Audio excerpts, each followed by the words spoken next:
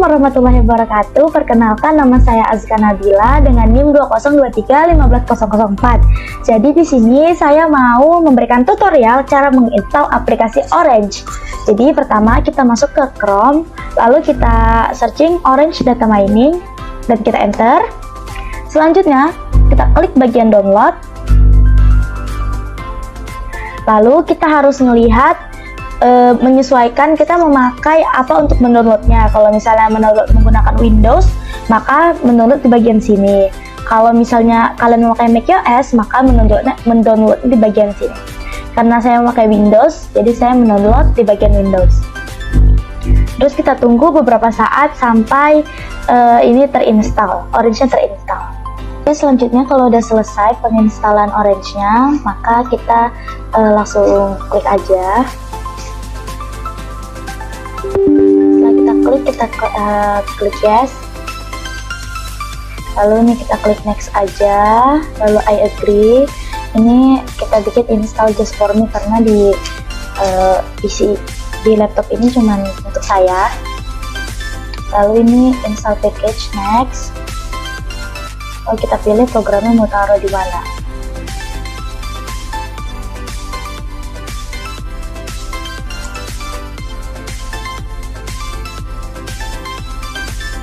Kita klik OK, lalu next, lalu kita install. Lalu kita tunggu aja penginstalannya sampai selesai. Ini memerlukan waktu beberapa menit. Nah, ini sudah selesai penginstalannya, langsung kita next aja. Lalu kita klik finish. Semoga bisa.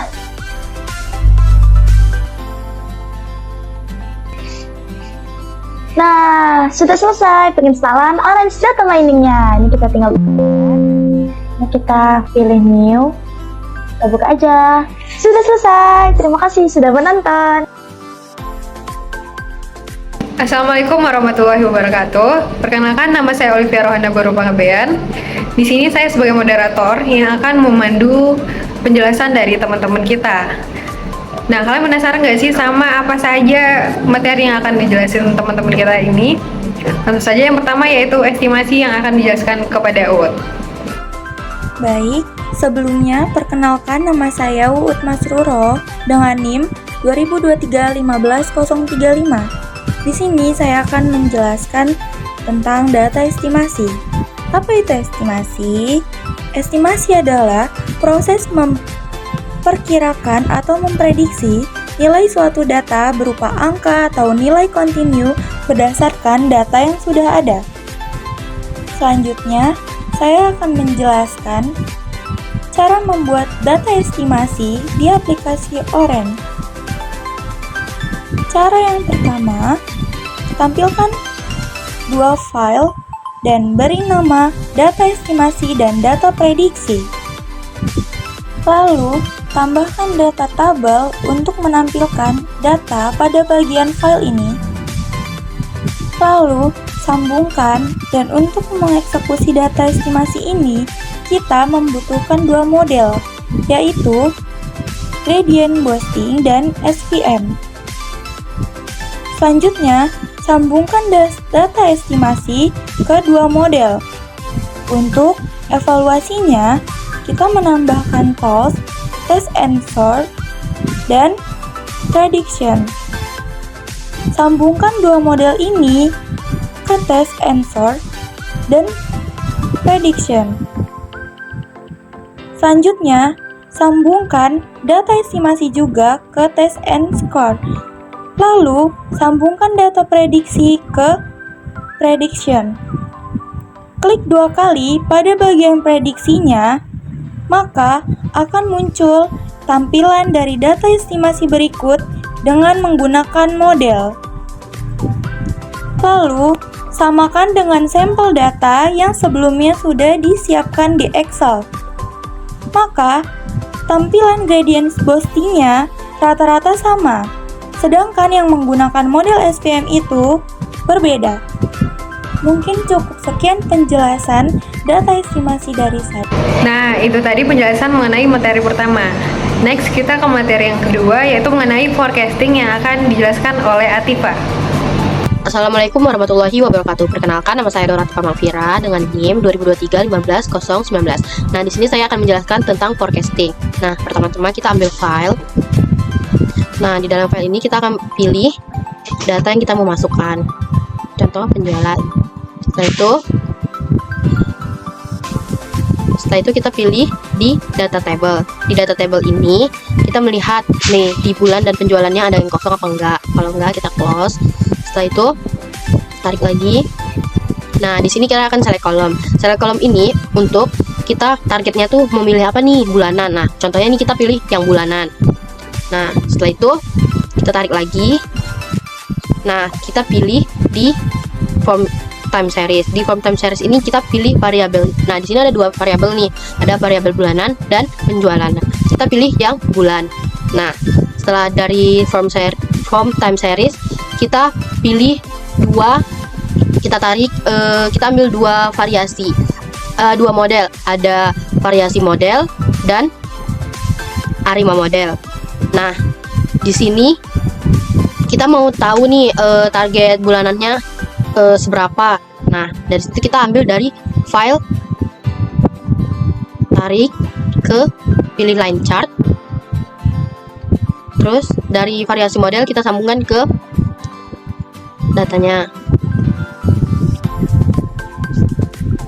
Nah, lakukan hal yang sama di Arima model.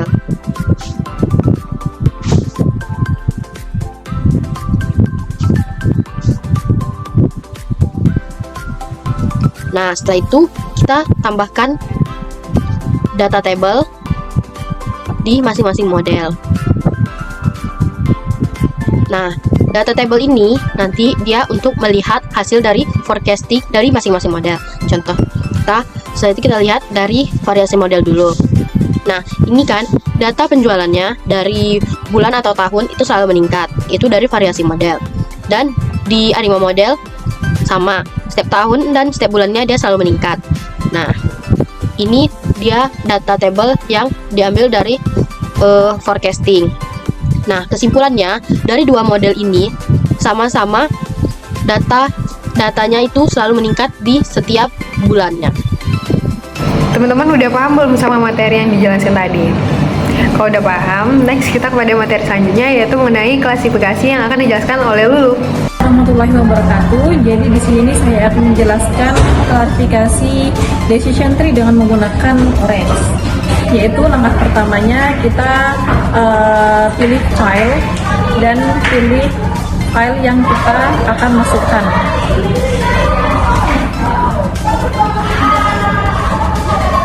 Selanjutnya kita pilih data tabel,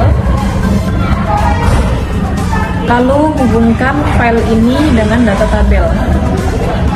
Selanjutnya kita pilih select column dan kita hubungkan file dengan select column. Nah, jadi gunanya select column ini itu untuk memisahkan yang mana target kita. Nah, di sini saya memilih nomor dan saya pisah untuk masuk ke kolom sebelah kiri, dan saya memilih status dan saya masukkan status ini ke bagian target. Selanjutnya masukkan lagi data tabel, lalu hubungkan select column ini ke data tabel. Data tabel di sini ia menunjukkan di mana letak targetnya, yaitu bagian status. Dan di status ini keterangannya layak dan tidak layak. Karena kita akan membuat decision tree, maka kita masukkan widget tree.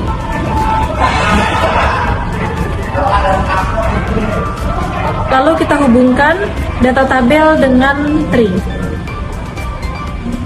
Selanjutnya untuk untuk melihat hasil dari decision tree, maka kita masukkan widget tree viewers. Lalu kita hubungkan tree dengan tree viewers. Maka hasilnya akan seperti ini. Nah, di sini penjelasannya ada penghasilan. Penghasilan ini terbagi menjadi dua, sedang or tinggi dan rendah. Sedang or tinggi ini mempunyai penghasilan yang dibagi menjadi dua, yaitu tinggi dan sedang. Tinggi di sini mempunyai jenis kelamin, yaitu laki-laki dan perempuan. Untuk laki-laki, kondisi rumahnya batu anyam dan batu bata. Untuk batu anyam, kelayakannya dengan nilai 80,0%. Untuk batu bata, itu pemilik rumahnya terbagi menjadi dua, yaitu pemilik sendiri dan sewa. Untuk pemilik sendiri, itu tingkat layaknya yaitu 100% dan sewa dengan tingkat layaknya 90,9%.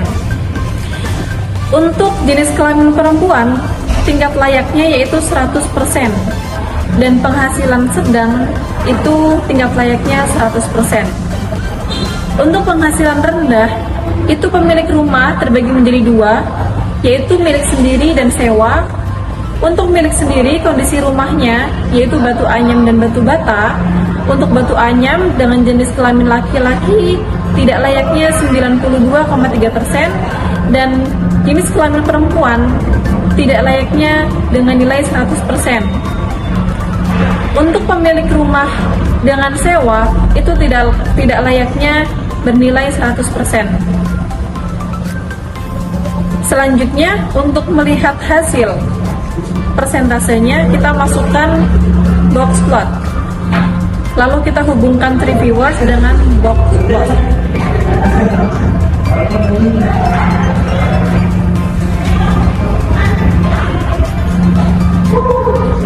Lalu kita ganti dulu data ke data. Lalu kita apply. Dan di sini dapat terlihat statusnya batu anyam itu nilainya 42%, dengan batu bata 57%. Dengan kondisi jenis kelamin dan status itu, kondisi yang laki-laki itu 79,45% dan perempuannya 20,55%.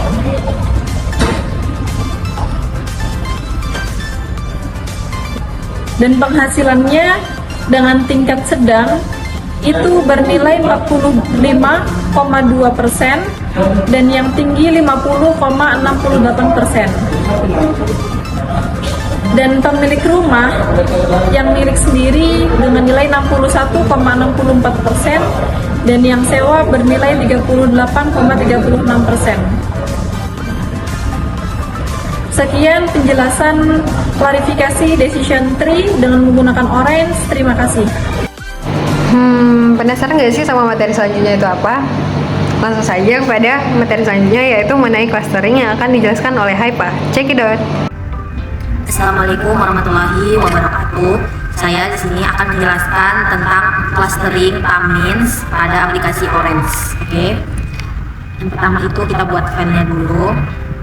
Nah, di sini kita pertama buat file, kita pilih file, terus kita masukkan, kita klik 2 kali, kita masukkan datanya di folder. Terus itu di note dan di sini. Nah, ini datanya kita masukkan ya. Nah, ini datanya sudah, kemudian kita ubah tipenya jadi kategorial, kemudian role-nya jadi fitur. Oke, habis itu kita play. Nah, lanjut, udah kan? Di situ kita ke tahap kedua, yaitu data table. Ini kita tarik, terus kita searching data table. Nah, oke, kita hubungin aja. Oke, habis itu data table ini kemudian nah, ini data yang udah terhubung dan masuk ke dalam data table. Oke, lanjut kita ke bagian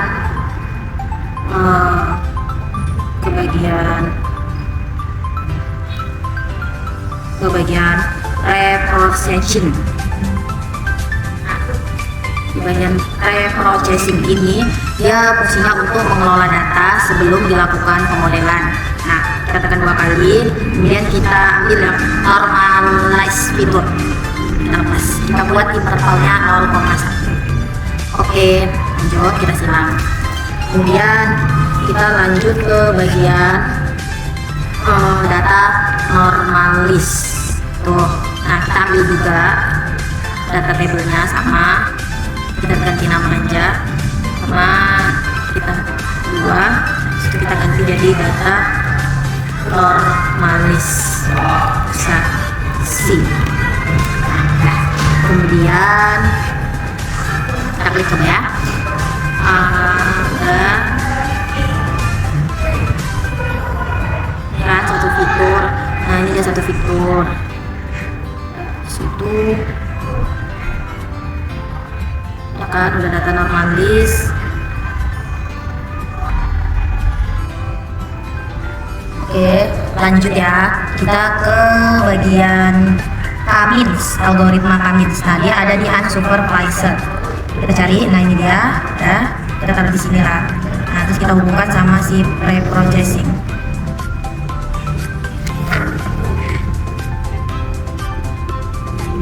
Nah, udah. Terus kita klik 2 kali. Kita setting 2 aja ya. 2. Files ini ada 2 cluster, maksudnya cluster 1 atau cluster 2. Nah, dia kayak ngelompokkan yang tinggi atau enggak yang rendah gitu. Oke. Terus bisa juga kayak 3 cluster, ada yang tinggi, ada yang sedang, ada yang rendah. Nah, kita pakai 3 aja. Oke, kita pakai 3 ya. Nah, untuk cluster yang kita kelompokkan itu kita buat sampai 6 deh. Nah, kalau untuk from itu dia fungsinya itu mengoptimalkan yang akan di cluster mana yang akan dikelompokkan yang from. Nah, ini dianya. Kan berarti yang nilai yang paling tingginya itu ada di cluster 6 gitu kan, 0,028 gitu. Nah, kita ini ya. Kemudian kita ini aja sih settingannya. Kemudian kita lanjut ke bagian yang scatter. Kita cari juga di sini. Scatter. Nah, ini dia. Nah, fungsi scatter ini dia untuk melihat tampilan data yang udah kita clusteringin. Nah, dia ada di menu di menu ini, kita buka ya. Nah, di menu akses ya. Kita buat ya. Yang Excel-nya coba kita ubah menjadi cluster, ini menjadi semua. Ini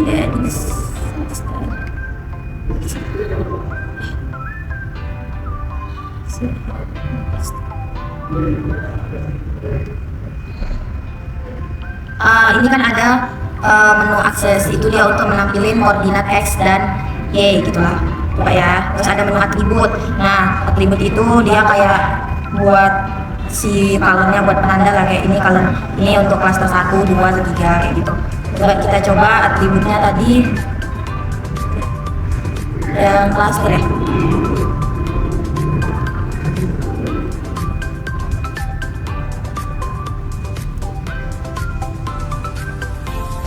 Ini ya cluster. Nah, ini yang aksesnya itu kita buat, X-nya itu cluster, Y-nya itu jenis tanaman perkebunan. Jadi kan kita kayak paham gitu loh. Kalau yang tadi kan sebelumnya kita nggak paham, dia cuma ada angka aja. Ini kan kita paham, oke, berarti dia ada di cluster C2 gitu kelompokannya. Nah, kita lanjut, karena tadi cluster shape-nya kita coba dulu ya. Nah, ini kayak terlalu default, kita coba yang mudah. Nah, ini aja kita shape-nya kita buat cluster biar kita ngerti gitu. Nah, kemudian kalau shape itu membedakan bentuknya. Kalau untuk C1 pakai bulat, C2 kali gitu lah biar paham aja. Terus size itu dianya sesuai banyaknya data dari cluster, bukan nilai data. Jadi kayak C1 nih banyaknya data yang dikelompokkan itu, nah kan ini ada tembakau, jadi dia makanya lebih besar gitu karena banyaknya data. Kalau C2 kan dia cuma dikit, dia cuma 1, C3 lagi cuma 1 gitu. Kita pakai yang biasa aja deh. Nah, sama ukuran. Oke, di situ kita lanjut ke bagian table. Table ini dia biar ada keterangannya gitu. Coba kita coba ya. Nah, kita coba yang masuk. Kalau simbol dia nampilin nilai data keterangan. Kita pakai cluster aja ya. Jadi kayak di kelompokkan sini yang biru C1, ini C2, sama sih kayak yang keterangan di bawahnya. Oke. Dan beda ya. Ini di bagian scatter plot. Jadi fungsi scatter plot itu dia melihat tampilan data yang udah kita clustering. Nah, gitu. Kelas scatter plot ini disebut juga dengan grafik scatter gitu. Oke, lanjut. Setelah scatter plot kita ke bagian data table, data hasil clustering dalam bentuk Excel tampilannya, tabelnya. Oh ya, tabelnya dalam bentuk Excel kan tadi kayak tampilannya dalam bentuk tabel. Nah, di sini ya. Sana ya, masih komputer lah. Tadi data table. Nah, kita lihat ya. Oh, kita ganti dulu deh. Namanya P2 ya, buat ganti nama F2. Oh, salah. Data hasil clustering. Nah, kita lihat ya. Klik 2 kali. Nah, ini dia dalam bentuk table. Oke. Dia fungsinya bisa diurutkan dari data yang produksi yang besar, yang kecil, yang besar. Jadi kayak ascending sama descending lah. Oke. Kita coba klik fitur satunya. Nah, ini dia yang 00 ini yang kecil, ya kan? Kenapa tuh kita ada di tanaman apa, kamu, kayu manis? Ya ini kecil kan? Yang besar ya kan? Kopi, lada, kakao, teh, kan? Oke, itu saja aja kayak cuman dalam bentuk tabel gitu. Oke, kita lanjut ke bagian terakhir. Nah, terakhir ini bagian save. Kita cari aja nih save data. Kita klik 2 kali. Oke, kita save ya data yang tadi yang udah kita buat. Kita save bisa dalam format apa gitu. Saya mau dalam format Excel deh. Masuk Excel. Coba ya. Dokumen. Bebas ya di master save. Datanya seperti ini ya. Kita lihat. Nah, ini dia data yang udah kita kelompokkan clustering. Jadi yang untuk jenis tanaman perkebunan rakyat Indonesia yang paling banyak itu dianya jatuh kepada minyak kelapa sawit gitu. Nah, untuk yang lainnya itu dia kayak seimbang lah gitu. Mengelompokkan clusteringnya gitu. Oke. Next, kita ke materi selanjutnya, yaitu materi mengenai asosiasi yang akan dijelaskan oleh Raniza. Assalamualaikum warahmatullahi wabarakatuh. Perkenalkan, nama saya Raniza Wijaya dengan NIM 202315022. Di sini saya akan menjelaskan mengenai perhitungan asosiasi menggunakan aplikasi Orange.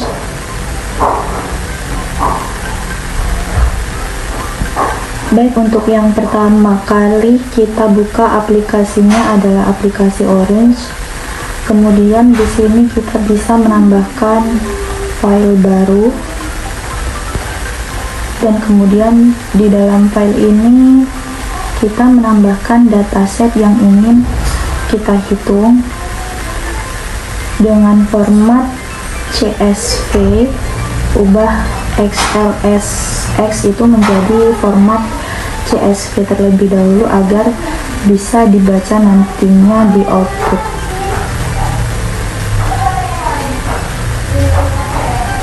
Kemudian di sini sebelumnya untuk yang di sini itu dia tidak terdapat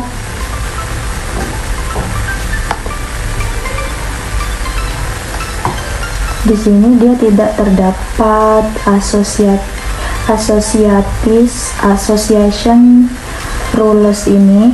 Untuk mengaktifkannya klik option terus add.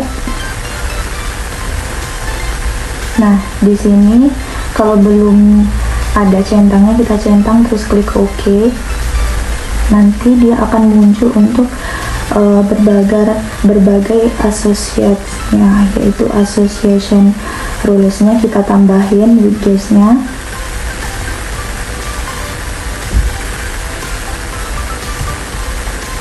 Terus kita atur jaraknya.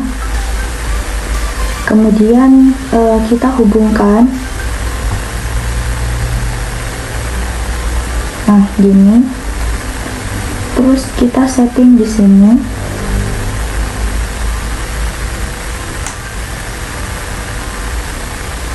Di sini kita atur yang penting minimalnya itu nilainya adalah 1.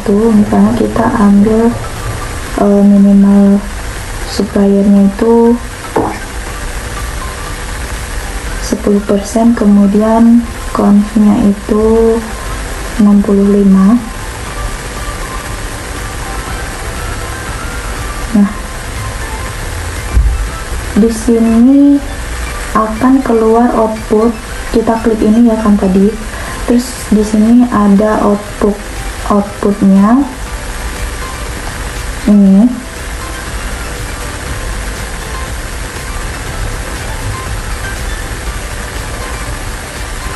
Baik, mungkin itu saja penjelasan dari saya mengenai perhitungan asosiasinya.